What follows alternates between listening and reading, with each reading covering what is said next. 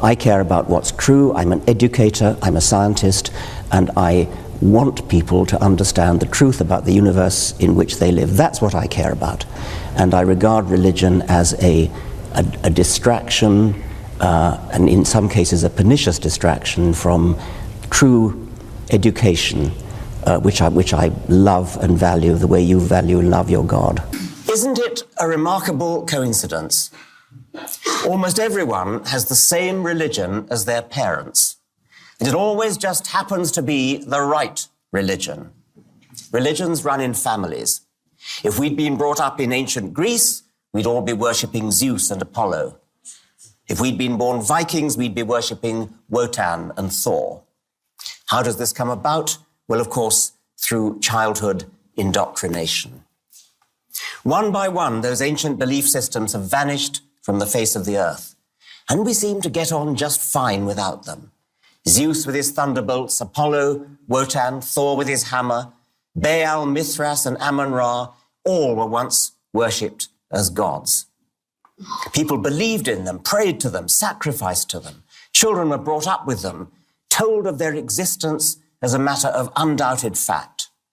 But nowadays, everybody agrees that no matter how sincere those believers undoubtedly were, they were deluded. Every one of those gods was a delusion, and so were countless other gods that human tribes have sincerely believed in all around the world. This is probably going to be the most simplest one for you to answer, but what if you're wrong? Well, what if I'm wrong? I mean, anybody could be wrong. We could all be wrong about the flying spaghetti monster and the pink unicorn and the flying teapot. You happen to have been brought up, I would presume, in the Christian faith.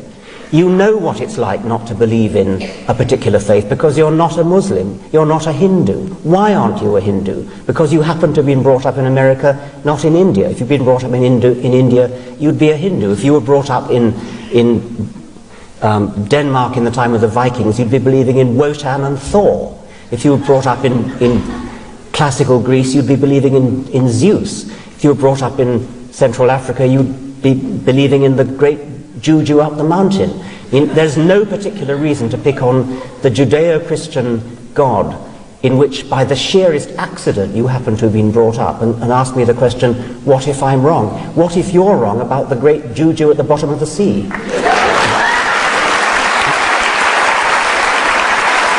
If you actually believe Muhammad flew to heaven on a winged horse, that's an anti-scientific belief. And that could be wrong. But that well is wrong. But that doesn't change. Yeah. That doesn't change. How do you know it's wrong? Oh, come on. You're a man of the 21st century. No, I'm just asking. It comes back to my original question. The rational position is the agnostic. The rational position is the agnostic position. Why up there? The rational position. I didn't say up there. I didn't pick a place. Okay, you picked a place. Why would a winged horse be the way to get to heaven if it's not up there? I asked a question about. You asked about proof. I'm all for saying I can't prove it, but can you prove he didn't do it?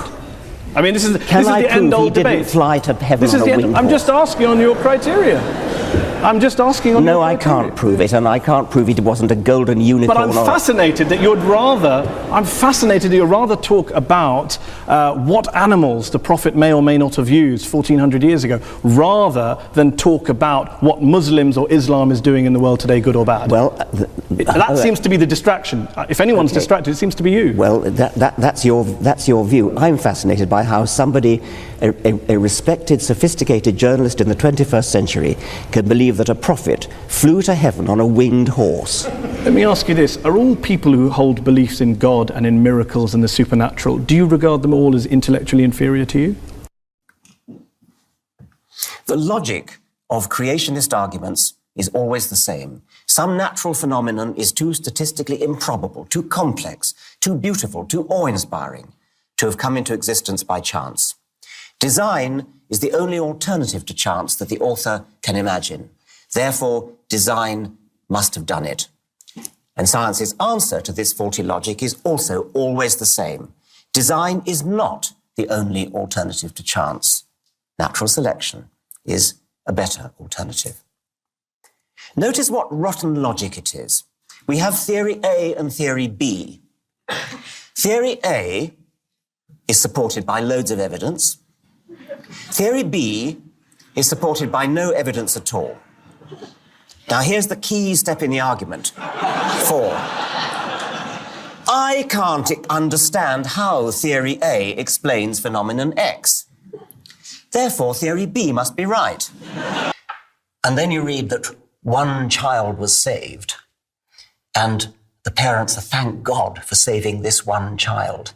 Doesn't the irony of it strike you? I mean, that God could have saved all those 10,000 people. Why would he save this one child? I mean, I would hope that he would say he didn't save the one child. The one child was just lucky.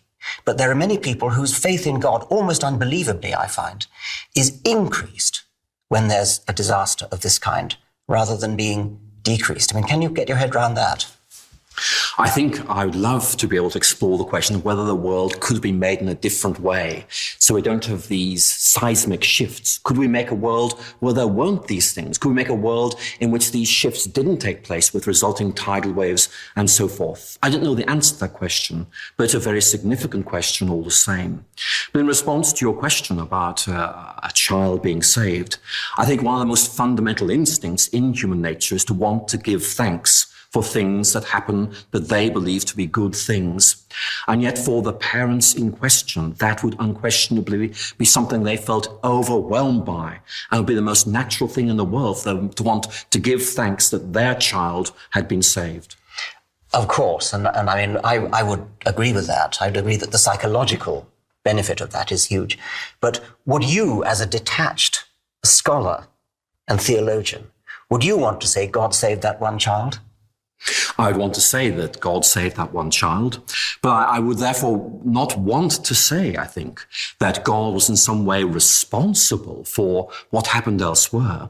I'd want to say that rather the limitations of the way the world is lead us to the point where this happened in the first place. In other words, that, the key question is, could a world be made in which these volcanoes do not erupt, in which there is no shifting of plates? And that, I think, is not a question about God. I think it's a question about the way things are. I can't have a feeling you're painting yourself into a rather awkward corner here, because on the one hand, you're saying, well, these are plate tectonic events, and could one imagine a world that didn't have plates drifting around and therefore the occasional earthquake and tsunami, and perhaps you can't. But if God has the power, but then you suddenly say, well, he saved the one child. I mean, that seems to me to be completely to undermine the rather loftily but consistently reasonable position that you've come to about the way the world is made. You're suddenly backtracking and saying, oh, but he can just reach out and pick out one child and save that one child. How do you reconcile that? The whole enterprise of evolutionary biology is to explain how you get prodigious complexity and design from virtually nothing. I mean, we hand over to physicists when we can go beyond the virtually nothing to the absolutely nothing.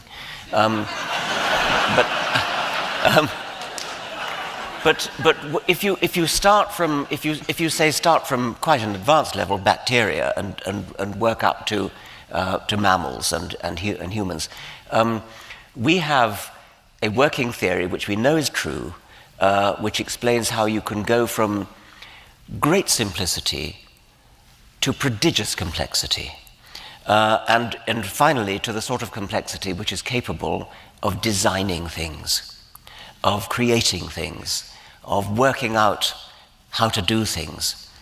Well, if you are suddenly going to insert a designing machine, a creator, an intelligence at the root of the universe, you've just undermined your entire enterprise, because your entire enterprise has been to explain how you get to something complicated enough to